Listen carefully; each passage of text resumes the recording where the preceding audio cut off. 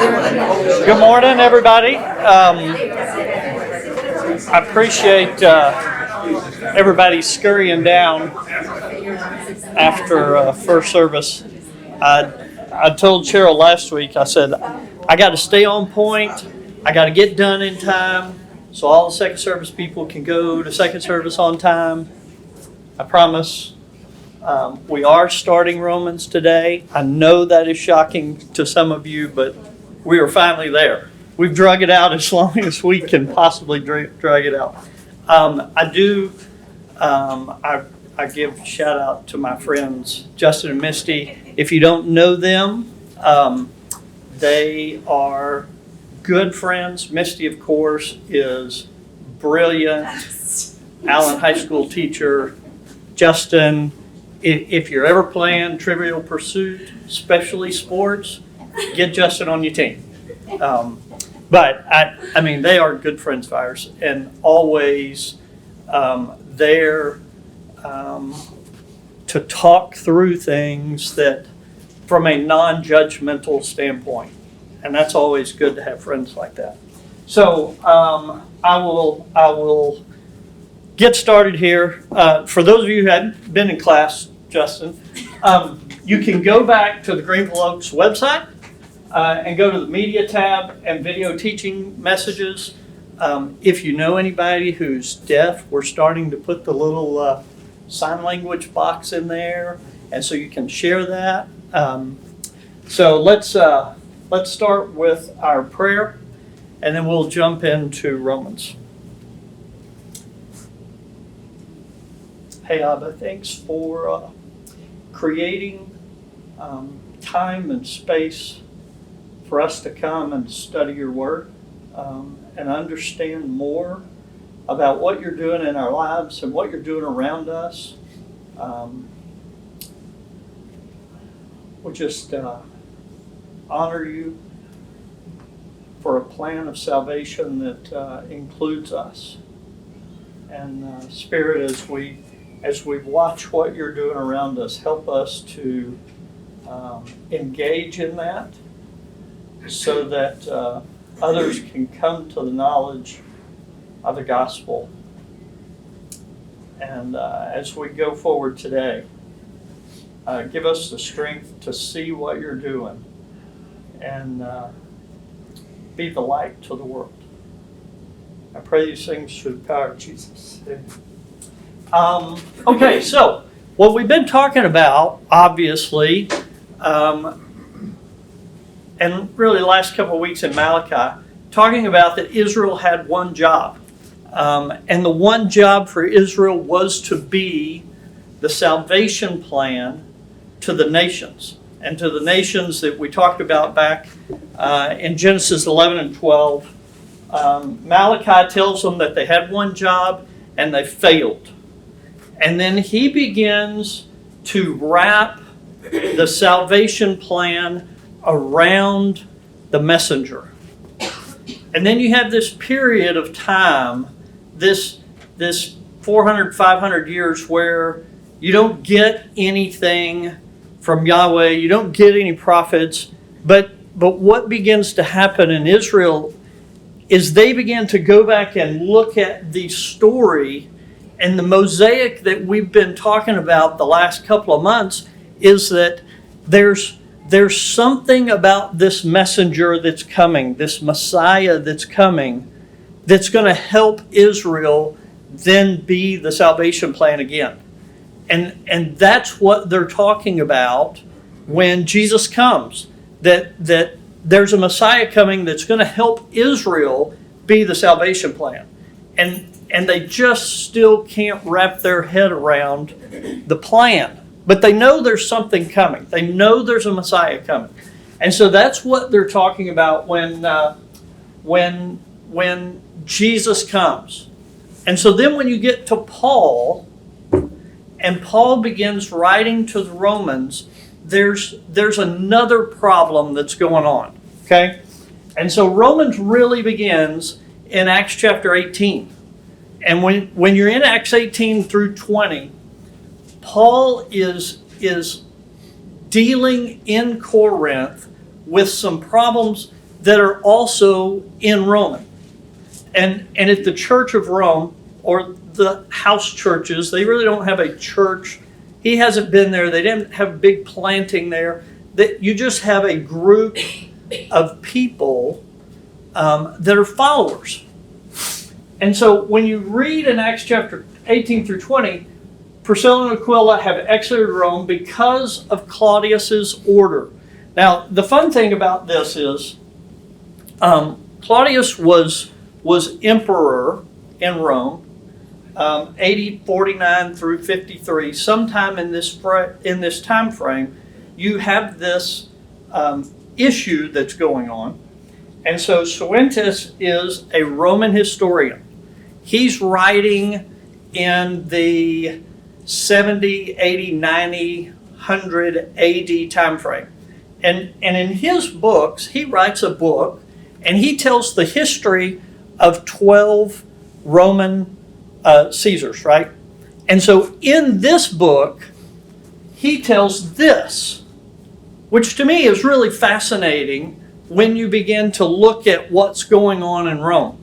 And what he says is, because the Jews were continually making disturbances at the instigations of Christus, Claudius expelled them from Rome, which ties in with Acts chapter 18.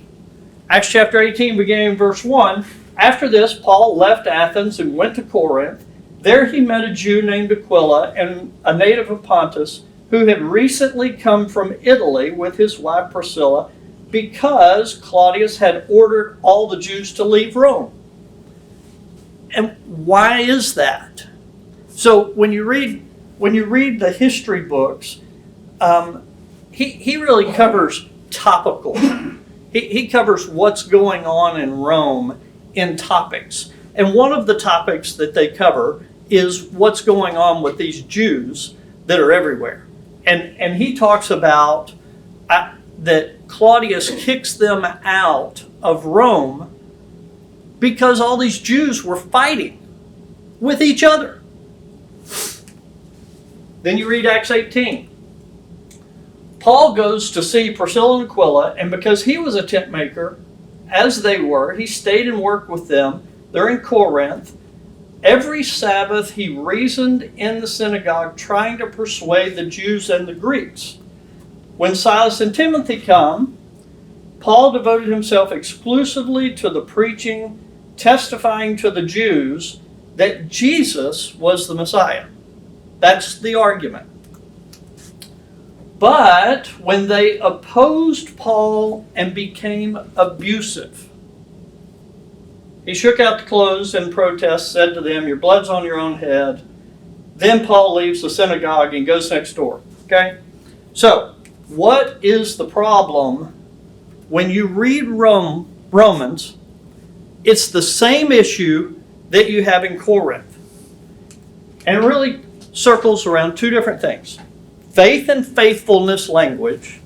So when I say faithfulness, what do you think that means? Give me a definition of faith and faithfulness. What do you believe in? How constant are you to it? And how what? Constant. Constant. And what does that mean? It's what I believe and what? How do I act it out in my life? How do I act it out? And so the first problem that we have is not only what I believe, but then how do I walk through that? How does it impact the way I live? That's problem number one. Problem number two, Torah keeping. Torah keeping as a merit-based salvation. What do I mean by that? Earning your salvation. Earning it. And so how were they earning it? Follow the law. By following the law, which means what? Going to the temple, keeping the holidays. The holidays. Keeping their food pure. What you eat. Yes, and keeping themselves away from other ethnic groups. Absolutely. They kept their line pure. I know that I'm saved because of this that I'm doing. I know that I'm saved because I can read in the Bible what I'm supposed to do, and that's what I'm doing. So, that to us is not that big of a deal. Keeping Torah, it doesn't bother us. There's no tension in this room because this side had pork yesterday and this side didn't. That doesn't bother anybody in this room. But in order to really get Romans and really understand the tension in the room, I'm going to create some tension for you. So it'd be like saying who voted for Trump and who didn't in this room today. Jim, behave yourself. Wow, All right. that really didn't make the list. So I'll start a lot lower than that. So this side of the room, says it's okay to have a kitchen in the church building. This side of the room says no, it's not, because don't you have homes to eat in?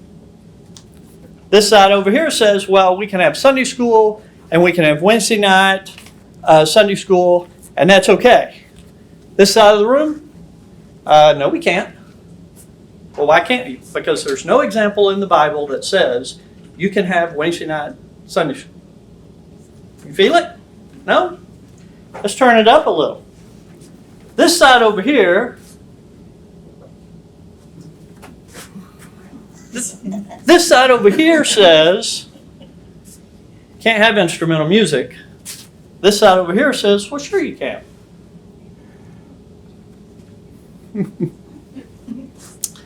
Acts 2:38. Baptism is essential. It is a work. You have to do it in order to be saved. Acts 2:38 does not say that. Acts 2:38 says, because you are saved, you need to be baptized. Not my Bible. My Bible says, to be saved, for being saved, you have to be baptized. You feel it? Let's make it a little worse, shall we? I go to Home Depot. I go to Home Depot quite a bit because I don't like Lowe's anymore. I always go to Home Depot, and now we have a young lady who is a transgender lady. And I go to her because when I go in, every other guy that's in there is looking at her in clear judgment. So I go to her for my checkout. And so now she says, because I go so often, she knows who I am. And she says, well, how come you don't act like everybody else? Well, okay, now what do we do? So then she says, well, where do you go to church? And I tell her. And she goes, well, I'm going to start coming to church with you. This side of the room is not quite okay with that. This side of the room says, well, she's already transformed. She's no longer a guy, she's a girl. Let her come. This side of the room, you know, that same-sex couple that's married now, who adopted a 3-year-old, who wants to have someplace for that child to grow up in the church, now they have started coming. This side of the room, well, okay, we'll allow that. This side of the room says, well, since they're married, I guess, well, I don't know. Well, but they can't teach. They can't be a part of the, Can't work with the youth group. Can't work with the youth group. This side over here, I've been picking on y'all pretty bad. I'll come to this side. So we got this one guy who's a cocaine addict. And in order to get their money for cocaine, they're a prostitute. Well, they've started coming. And you're okay with that. you over here are not okay with that, because when you're working the door, the guy comes up and says, hey, is this a church that allows hookers and cocaine? I want to go here. Now what are you going to do? Come on in, brother. Well, okay. We'll let you people hear that, we're okay with women being deacons because Phoebe's a deacon. Well, we just won't have deacons. That'll solve that problem. Well, but Paul makes the comment that women should not be wearing fancy jewelry and makeup and all that other stuff. Well, that doesn't really apply, because that's culturally, it doesn't apply to us. So that whole letter there that Paul writes Timothy and says that elders are supposed to be the husband of one wife, that doesn't really apply either, because that's cultural, and so women can be elders. Oh no, it can't, because my Bible says women cannot be elders. You feel it? That's what they're dealing with. That's what Corinth is dealing with, because the Jews have their Bible and it says you can't eat pork. This side, bunch of Gentiles. I wasn't raised reading the Bible. And the Bible doesn't apply to me. That's the Old Testament. Right? And then every week we get together and then somebody says something like, well, what did y'all do yesterday? And they said, well, we went to Sabbath and we went to the temple like you're supposed to do, because you're supposed to keep the Sabbath holy. And then you say, well, that doesn't apply to me. And now we get this big argument, so that the mayor of Allen comes over and says, you can't use our police department anymore because you guys are acting up all the time. Why don't y'all move to Plano? That's what Paul's dealing with. And so Paul begins his letter to Romans, and he starts out this way.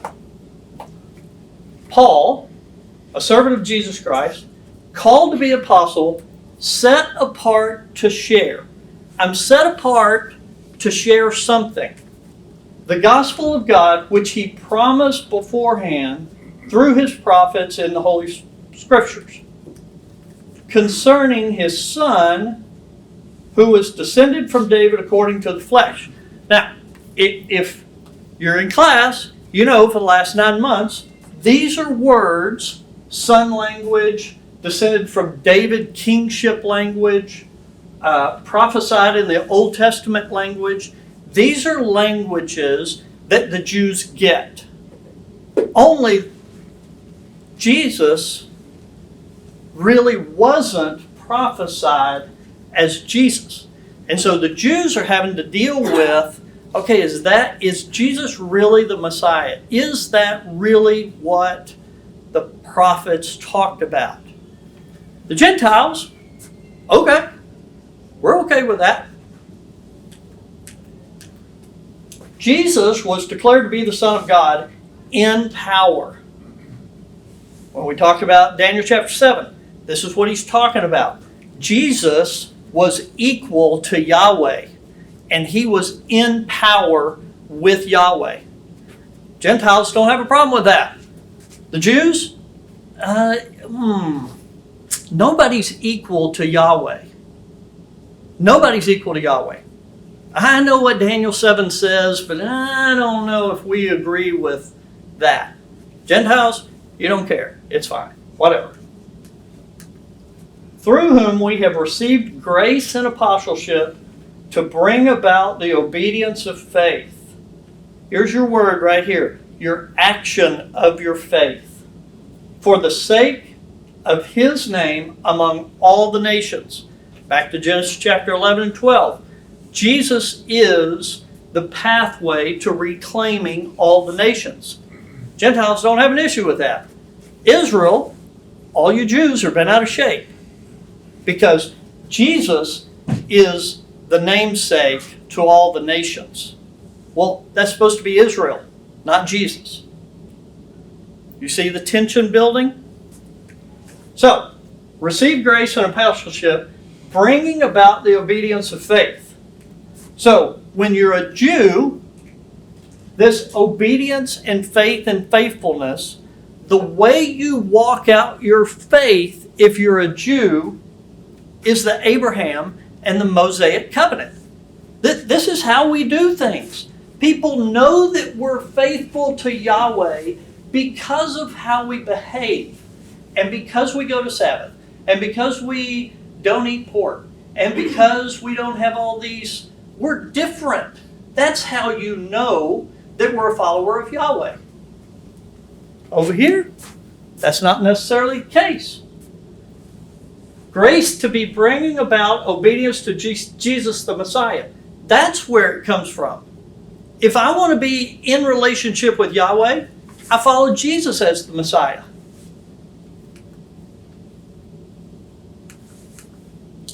For I'm not ashamed of the gospel, for it's the power of God for salvation to everyone who believes, to the Jew first and also to the Greek. For in it righteousness of God is revealed. For faith, from faith, for faith.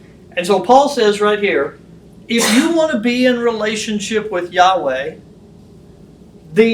from the beginning to the end, when you read from Genesis 1 all the way through, this is how you do it. And then he says, as it is written, the righteous shall live by faith. So, 9 months ago, when we came up with the title of this, we talked about Paul's misuse of the Old Testament in Romans. Here's the first misuse. He quotes Habakkuk chapter 2, verse 4, where it says, the righteous shall live by faith. Only that's not what it says. All you good Jews who know your Habakkuk story, that's not what it says. This surface level faith that the Gentiles have of just, okay, I can just believe in God, that's all that's required. You Jews have a problem with that because it's more than just surface level faith. It's how do we behave? Okay? So, Habakkuk chapter 2, verse 4. If you're a good Hebrew, and most of your Bibles are Hebrew translation Bibles, it says, but the righteous shall live by his faithfulness. His faithfulness. Now, if you're a Jew, his faithfulness is your faithfulness. You, the human, you, the believer. My righteous shall live by my understanding of what Yahweh is doing. The responsibility is on me. Okay? The righteous shall live because of the believer's faith in Yahweh. Now, if you're a Gentile, you don't read Hebrew, you read Greek. So when you read it in Greek, but the righteous shall live by my faithfulness, and the emphasis is on Yahweh's faithfulness. And if you get your Bible commentaries of the time, here's the argument. Well, what does that mean? Are we talking about Yahweh's faithfulness, or are we talking about my faithfulness, the believer's faithfulness? There's the argument. And it comes down to, okay, well, are you Jews want to read it your way, or do you Gentiles want to read it in Greek? Which way do you want to do that? Okay? So, Paul says the righteousness shall live by faith. Well, wait a minute, Paul. You missed a word right there. And so why does he do that? He looks at the context of Habakkuk. And when you're in the context of Habakkuk, the Israelites are in captivity of the Babylonians, and the problem is we are the rescue to the rest of the nations. Yahweh, when are you going to come rescue us? When are you going to punish the Babylonians for what they're doing? And that's the conversation you have in Habakkuk between Yahweh and Habakkuk. And so Yahweh says, because Yahweh is faithful, we can trust and have faith in him. And so what he's saying is, it's okay. You don't have to worry about whether or not Yahweh's going to be faithful. He's going to be faithful. And you can believe in that, and you can have trust in that, and you can walk in your faith knowing that Yahweh is doing what Yahweh's supposed to be doing. And then why does that make a difference? So, because Paul reconfigures what he uses out of Habakkuk. And he shows, look, when you look at the Christ event, it begins to make sense. From the beginning to the end, Yahweh is faithful. He has created a salvation plan that culminates with the Christ event. And so when he's talking to the Jews and the Gentiles, and they're arguing about Torah keeping and faithfulness, Paul says, listen, it's okay. You ain't got to argue about all that. Because look what Yahweh has done in the Christ event. And as we grow and we go to Home Depot, I don't have to whip out my Bible and point, because I just have to trust that the Spirit is doing what the Spirit is supposed to be doing, and I can just come to you and I can just share the gospel with you. Paul shows that the believer can have faith in the Christ event because of what Yahweh's doing. And I can go throughout my day. If you want to eat pork on Saturday, fine, whatever. It doesn't bother me, because I'm going to trust that the Spirit is in control and the Spirit is working. And I just need to understand, okay, I'm just going to trust you, God. And when my kid comes home and makes some comment about, well, your God, I just don't know that I agree with your God. Because my picture of the divine would not be manipulative in his love. Because what kind of monster says you have free choice? You can have free choice. But if you don't choose me, you're going to hell forever. What kind of manipulation is that? I don't want any part of that. Well, I can just look at that and say, well, Spirit, I trust. I love you. I trust the Spirit is going to do what the Spirit's going to do. And I'm going to allow the Spirit to work in that. I don't have to get in this big argument and alienate my kid because they believe some off-the-wall idea. Well, that's not what I believe. Well, my Bible says that you can't be a homosexual. Well, my Bible doesn't even have homosexual, because that's not even a real word. When Paul wrote that, homosexual wasn't even a word. That's not in my Bible. Well, okay, you know what? I don't have to argue about that with you. I can still love you. And if you're going out and you're loving the drug addict and you're loving the homosexual, I can love you too. Well, we can't condone that. You can't be a part of that. Really? Is that what I'm called to do? I don't know. Habakkuk says, Torah keeping is paralyzed and we never get justice, meaning that we show our love to Yahweh covenant by keeping and practicing Torah. I know that I'm saved because I look in the Bible and I do what the Bible says. And Paul's like, that's not the way that works.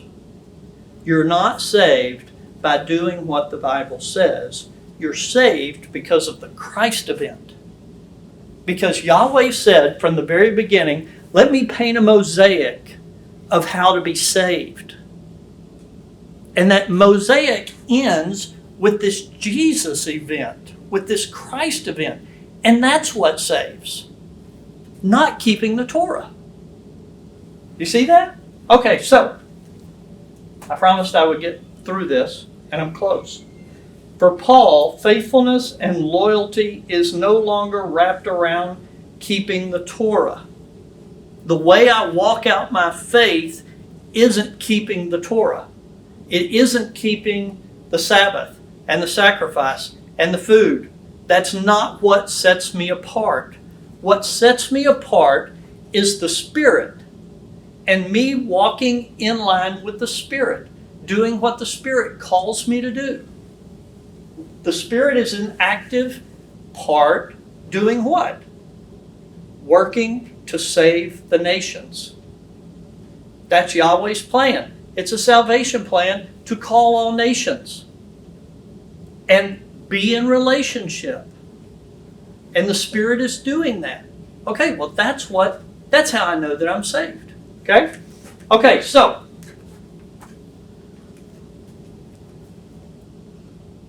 when Malachi says that Israel's calling and vocation and election and salvation to the nation has been transitioned to the messenger, Paul interprets what Malachi says and says the messenger is Jesus. And this Christ event is what is the salvation. That's the salvation.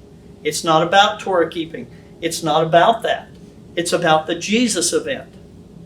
And me personally, I sometimes have a problem with that. Because I have all these things that I need to check off. And I was here Sunday. I took the Lord's Supper, although we only had one prayer. We really needed two prayers, one for the bread, one for the wine. But whatever. I did it. I checked that off. And now I'm in Sunday school. I checked that off so that I know that I'm in a right relationship with Yahweh. Okay, that's not what Paul says is the most important. Torah keeping is not what's important. And so when you tell that to a bunch of Jews, you're going to have some conflict. And you're going to have tension. Okay? Okay, so here's where I'll end it. I can be faithful. I can trust that Yahweh is going to do what Yahweh is going to do. I don't have to understand it. I don't have to argue with you about it. Although you're wrong, I don't have to argue about that. I can trust that Yahweh is going to do what Yahweh is going to do. And when I look at the mosaic from Genesis through Malachi, he said in that the messenger is coming and the messenger is going to be the salvation plan. And I'm going to be faithful to that. And to your point, my faith is going to walk that way. I'm going to walk in a way such that I believe it and I'm living that. That's what Paul's calling them to do in Romans. It's not about Torah keeping. It's about walking this way, trusting that Yahweh's going to do. You with me? Okay. I upset enough people. Did I punch everybody's button? I tried to get everybody's button. Would it be fair to characterize what you're saying in a simplistic way of saying we can agree to disagree and we'll let Yahweh work it out? Yeah, but we can't. It is not in our nature to agree to disagree. I mean, on the kitchen, But fine. that's what you're saying, though. Yeah, and that's what Paul's telling. Agree to disagree is what I'm saying. What you're Yeah, and as we go forward, in what he tells the Corinthians and the Romans is, it's okay to have differences. If you want to keep the Sabbath, if you want to keep circumcision, fine. And what we'll talk about next week, circumcision, and then we'll talk about Abraham, and we'll talk about Adam. When we go through that, that's what he keeps pointing out. And what he keeps going back to is, okay, if you want to keep Torah, fine. Don't make it a requirement for me, because I'm still trusting in what Yahweh's calling me to do. And if Yahweh's calling you to keep the Sabbath, that's fine. Don't make it my requirement of salvation, though. Right? That's what we'll work through as we go forward, okay? Anybody else punching your buttons? Yes, dear. I read something just recently that said way too many of us, when we get into those situations with all the different people that you mentioned, that we think we have to be like Peter when Jesus was about to be arrested and cut the guy's ear off, right? Yeah. But what did Jesus do? He healed him. And Yeah. so we don't have to, like, we feel like we have to defend Jesus all the time. And we feel like we constantly, like, Jesus is going to get himself into this pickle that he can't, like, figure out, that it was just this big surprise. But instead of doing what Peter did, attack, defend, whatever we want to call it, look at how Jesus responded with patience and also healing. Yeah. And in that situation, like, we don't have to even like agree to disagree then. We just have to keep our eye on what Jesus did and not even engage in the conversation. Yeah, and I'm struggling through writing a series of lessons on that. Because when you really dig in and look at, well, what did Jesus really do? And you get the woman caught in adultery is a great one. Well, he whips out his Bible and points out, adultery's wrong, you are sin, they are absolutely doing what the law says, they're stoning you. That's not his response.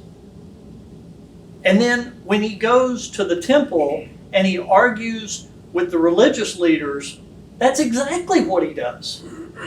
And so when do I pull out the Bible and point and say, well, my Bible says, and when do I not pull out my Bible and say, let me just love you?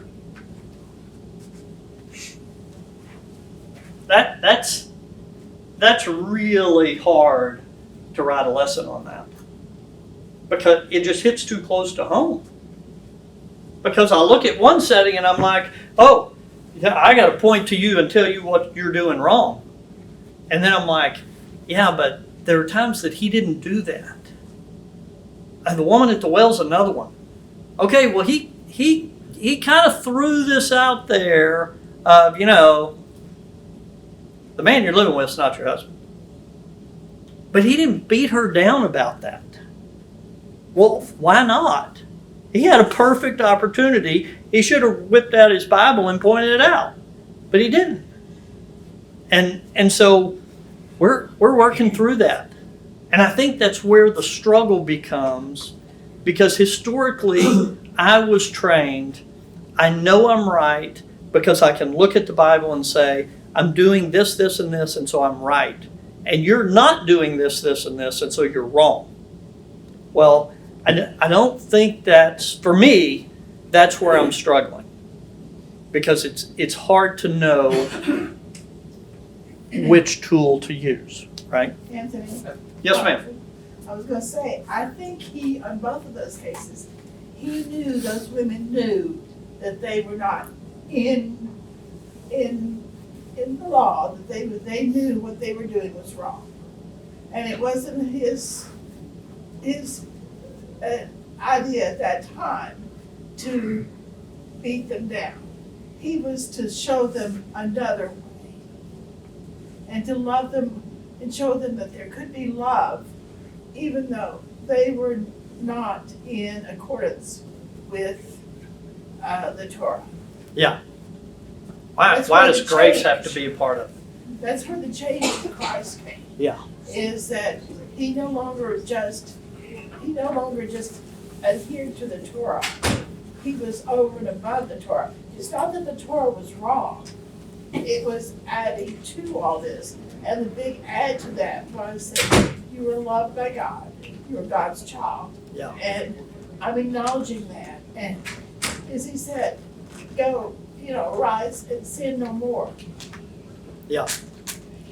But, Well, I just was gonna say that in many of those cases, we don't have the benefit of like God knowing their heart. yeah, right? Which determines sometimes his response. Yeah, And I think sometimes when we're confronted with people at Home Depot and we don't know how to respond, a lot of times we're not there, always to speak God into their heart necessarily. I think sometimes God's working on us as Yeah. much as he is them by putting us in that, Yeah. in that situation. So yeah, no you're doubt. right. And until we love people and have a relationship with them, we can never be in a position to have a truth conversation or, speak truth into their Yeah. heart.